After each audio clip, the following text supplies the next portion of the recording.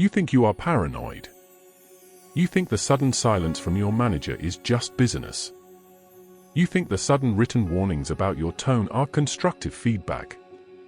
You tell yourself that if you just work harder, if you just stay later, the temperature in the room will rise back to normal.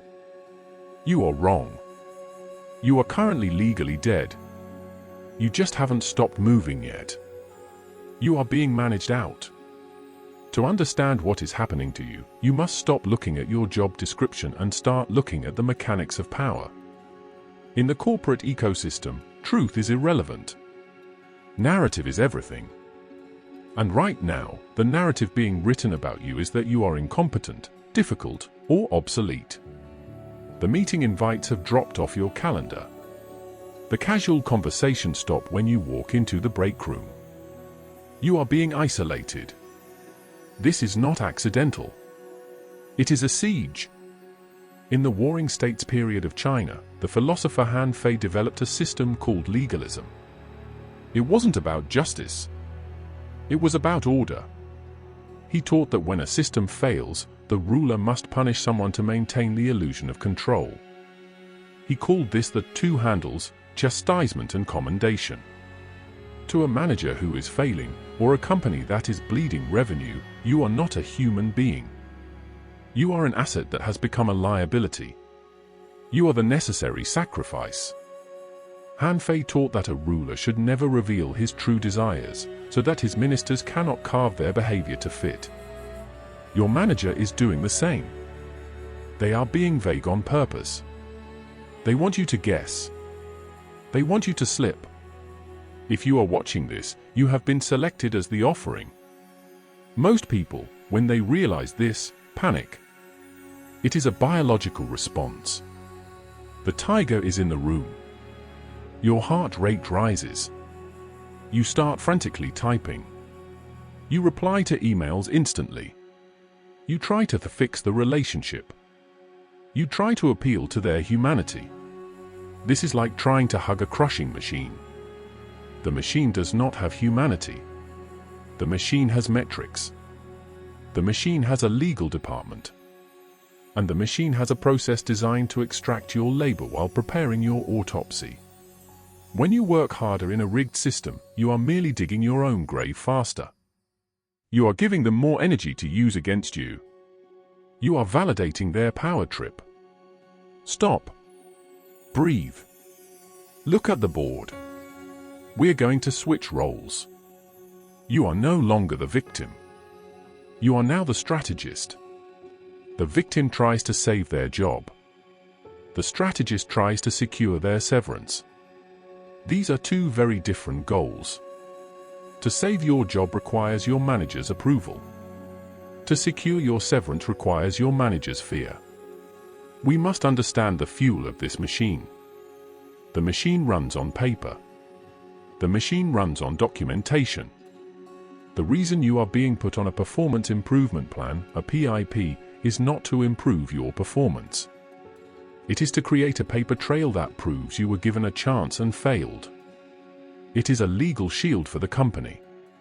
So, you must feed it paper. But not the paper they want. You must build a counter-narrative. Every time your manager changes a deadline verbally, you go back to your desk and you send an email. Per our conversation just now, I am updating the deadline to Friday as requested.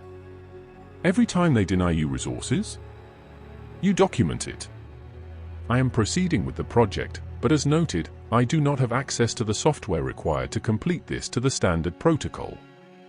Every time they give you vague feedback like be more proactive, you ask for specifics in writing. Could you please outline 3 specific instances where I was not proactive, so I can align my workflow with your expectations? They will hate this. They will call you bureaucratic. They will say you are being difficult. Let them. You are building a shield.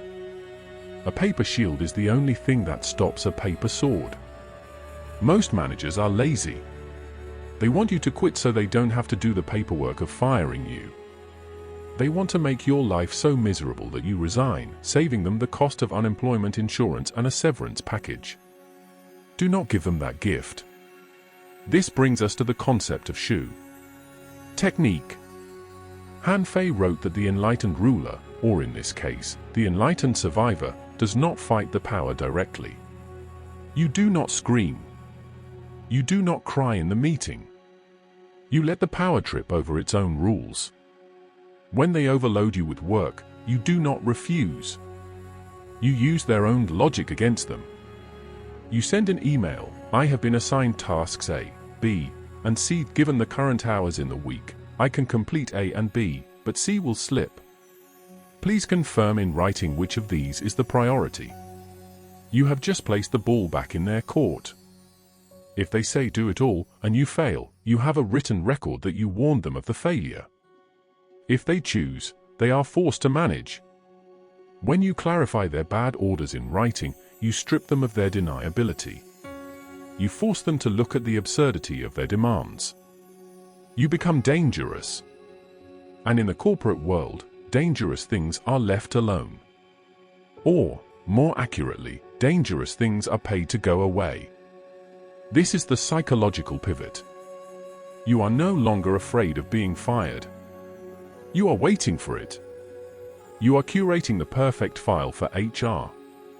A file that says, I did everything asked of me, I documented every contradiction, and I was set up to fail.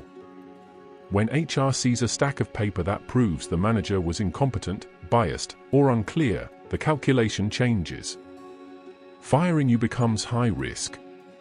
The goal is to survive long enough to negotiate.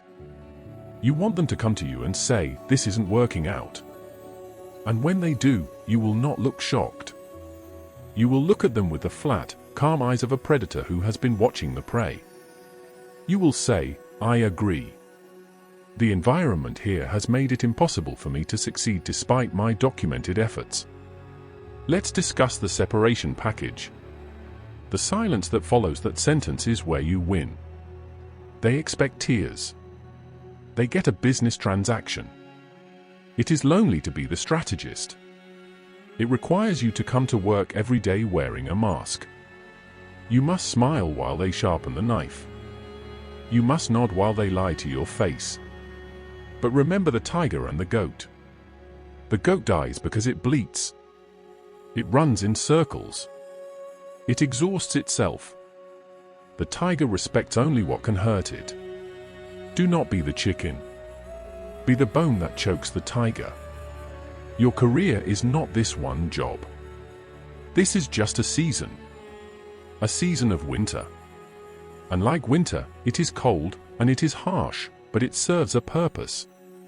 It kills off the weak parts of your professional soul, the parts that needed validation, the parts that needed a pat on the head. What survives this winter is colder, sharper, and unbreakable. You will walk out of that symmetrical office. You will leave the pastel colors and the humming lights behind. And you will take their money with you. Prepare your files. Archive your emails. BCC your personal account. The machine is hungry. Do not feed it yourself. Feed it paper. Good luck.